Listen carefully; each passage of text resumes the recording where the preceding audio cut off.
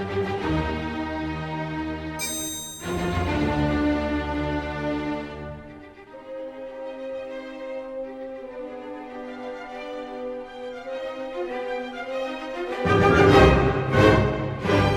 everybody and welcome back to Tales of Woe. I am your humble storyteller Tim, and today a tale about the most recent situation that my bard Aurora got himself into.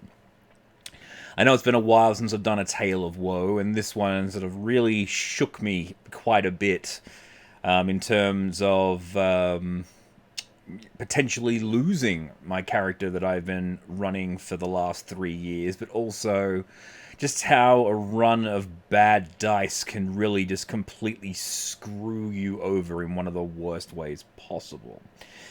So our story begins once again in Hallister's Mad Dungeon, the Dungeon of the Mad Mage, where we are nearly at the end of the campaign. We've been running for quite a while now. We've managed to make our way down to, I think, the second last level before we reach Hallister's domain. And in this level, we encountered a group of cultists that had started summoning eldritch horrors from beyond human understanding, from the far realms.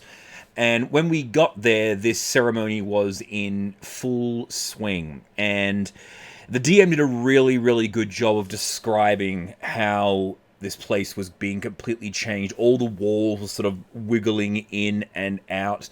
We got to a particular point and it was described that we no longer needed to breathe anymore. For some weird reason, we had to remember that we needed to, if we wanted to speak, we had to remember to actually bring air in, but everyone had actually just stopped breathing and we didn't need to breathe anymore. That part of our brain just wasn't working anymore. A lot of really weird things were going on, and we were being pursued by these crazy creatures called Star Spawn, which can just, phase through walls, and, they mess with reality, so giving you disadvantage on attacks and all sorts of, crazy things. There's one of them, they can do, a flurry of blades, essentially, so once per recharge, they do, 6 attacks, all their limbs just go absolutely crazy and just shred the ever-loving crap out of everything. And we pretty much when we got there, we found a guy running for his life, and we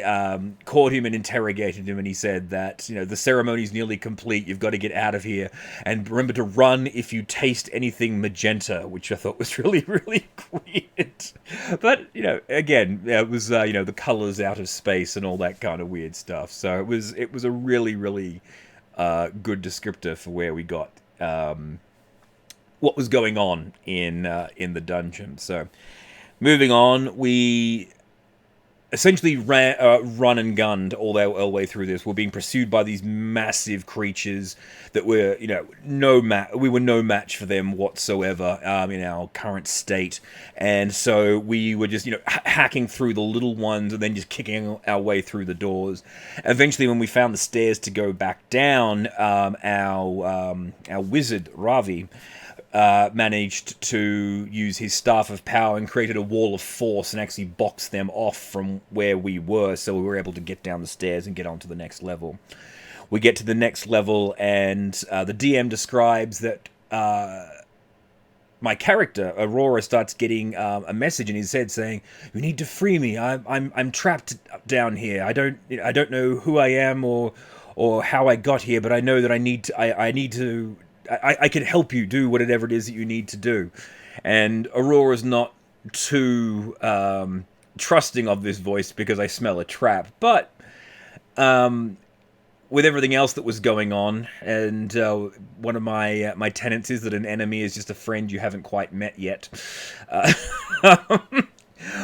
We ran through the level again, just running our way through, running and gunning. And when we get down to the third level, that's when shit really starts to get bizarre. On the third level, the DM starts to describe that all the wibbly wobbliness of all the walls begins to sharpen, and all of the walls start to turn into essentially swords, but swords that are moving and pulsating in and out as the walls breathe in and out. And the swords are all pointing in a very specific direction, and we encounter a talking skull, which is actually the disembodied, the decapitated skull of one of the cultist ancestors. And we use Speak with Dead, and we find out that we need to follow the swords in order to find where this creature or where this ceremony is taking place. And another thing that he describes to us is that 2 members of our party have sentient swords on us. Aurora has the blade Terra Lui, which is a green metalled elven blade who we recovered very early on in the campaign, that was stuck in the head of a dragon. And when the blade was removed from the dragon, we found out that the dragon's personality wasn't actually its own, it was the sword's personality, and so the sword was not happy that we'd taken it out of its cool dragon body, but after some negotiation, agreed to not continually possess Aurora, and that Aurora would get the sword back to its home in the Elven Woods. So that was where that understanding came from. Jermaine, our warlock rogue kobold, awesome character by the way, with his dope ass shades, has he's a hexblade warlock, and his sword Jesus is sentient as well. Essentially, it's a sword that every time it comes across other swords, it actually absorbs them and gets their abilities into itself. So at the moment, he's like a +2 9 lives stealer with a bunch of other elements to it as well, which is, again, a really, really cool concept, and really enjoy the character. But anyway, the 2 sentient swords begin to freak out and scream like crazy, like something is, literally driving them mad. And trying to talk to the swords, they're not giving us any information, so we just tell them if they're going to scream, could they just scream quietly and not in our heads, so we can actually concentrate, which seems to work. And then we come across an obelisk, and the voice in Aurora's head says that we need to tip over the obelisk. I'm trapped inside. And we try to push this thing over, and none of us are particularly strong. We can't get this thing over, but we use Terra Lui, who is a sword of sharpness, to cleave the obelisk from its plinth. It tumbles over and shatters out, revealing a talking frog who says, thank you for freeing me. Now I can help you. We need to go this way. It's like we're asking, who is this frog? What's your name? I don't know. No, I have no idea who I am, but yeah, I must be important. They stuck me in that obelisk, and they weren't able to kill me. They turned me into a frog. It's like, oh, good point. And so we using Dispel Magic and getting a high enough roll on it, it turns out that this frog is a Quetzalcoatl, a little snake-winged angelic thing that was actually sent here in order to prevent this creature, whatever it was, from being summoned. And so we join forces, we charge on down the corridor, following the swords, and we find the portal, the boss room, and the portal that they are summoning all these creatures from. And it appears that we're just a little bit too late, but one of the cultist leader members, because we've hacked down most of the members of the family along the way, is trying to throw his sister in. We manage to get his sister away, and we slay him and his few minions, and now we are trying to work out how to close the portal. And Aurora, just being, is like, oh, let's see if this works. And I try to hit the portal with my Sunblade, because Aurora wields 2 blades. She's got Terra Lui and the Sunblade. And the moment that I hit the portal, I get sucked in most of the way. Everyone sort of grabs a hold of me to pull me out. But Aurora, when he gets his head pushed inside the portal, he sees the far realm. He sees infinity. He fails his wisdom check and immediately goes insane. And the insanity, the short-term insanity that I gained, or that Aurora gained from it, was that I would just I'm completely incapacitated and I cannot move, and I'm just laughing uncontrollably about what I've seen. I've been driven mad, and I'm just laughing because I cannot comprehend what I have just seen. And then this eldritch monstrosity makes its way through the portal, and the fight is on. And the fight immediately goes bad, because this thing is literally a god, and it is known as the Lord of Swords. Now, I have no idea about the Lord of Swords. The DM apparently created this thing for the campaign. It wasn't in the actual Mad Mage module. However, if that is incorrect, please feel free to correct me. And this thing is nasty as hell. It is immune to stun because we have a monk. But if it can shake off a stun, but it loses one of its legendary resistances, yeah, whoop-de-doo. And then it has the, if you look at it, it can cause you to go insane as well. So everyone is making checks to make sure they don't go insane.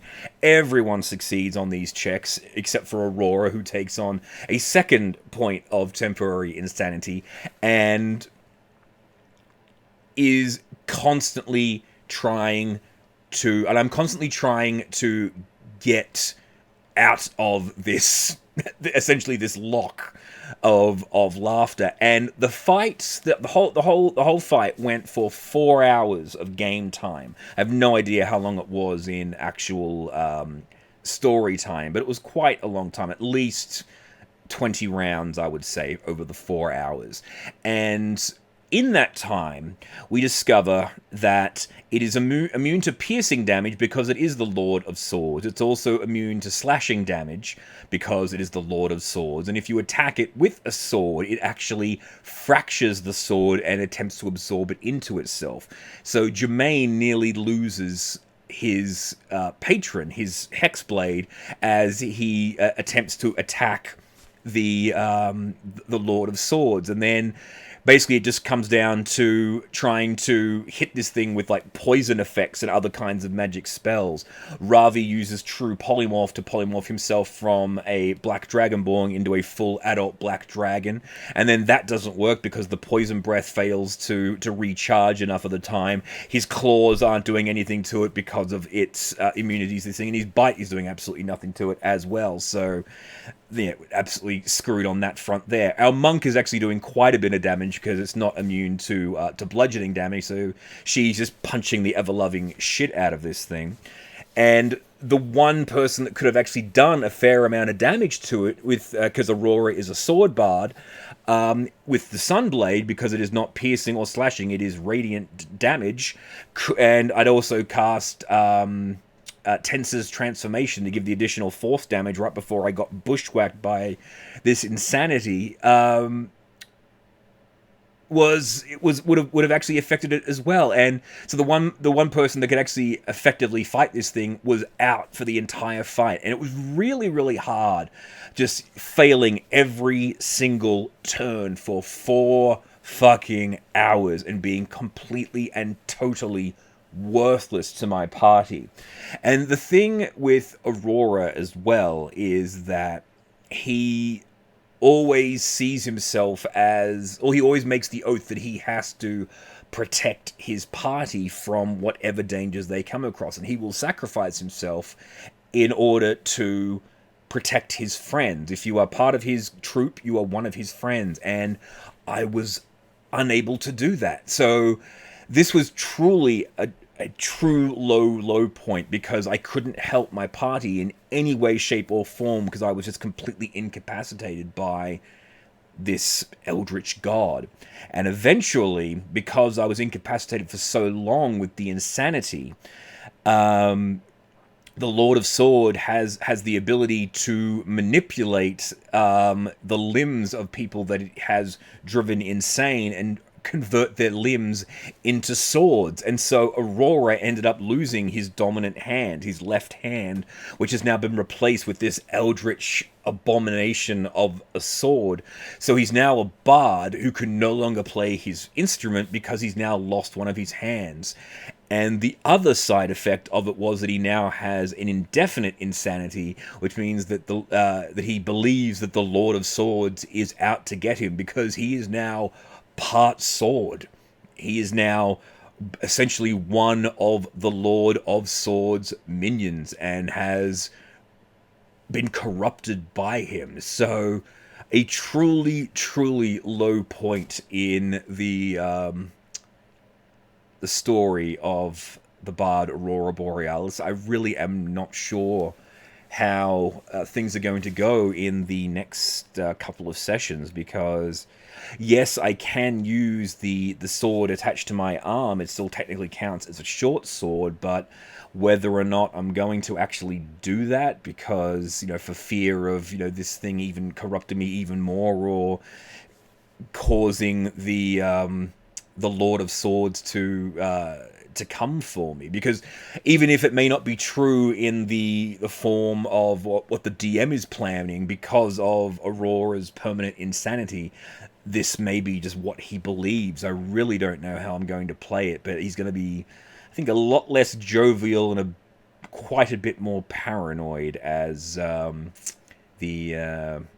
next session goes on. But yeah, for the most part, the party realized that they just could not hurt this thing. They punched it, like, for every round, for like these 4 rounds, they chipped off maybe 1/10 of its health, because we could see on Roll20 its health bar, it just wasn't anywhere near. So eventually we ended up just running the hell away. They dragged Aurora into a room along with the other unconscious members of the group, and our monk ended up sacrificing himself by hurling himself into the portal and destroying the runes on the opposite side, ending up floating forever in the Far Realm, driven slowly insane, as the Far Realm will not allow him to die, but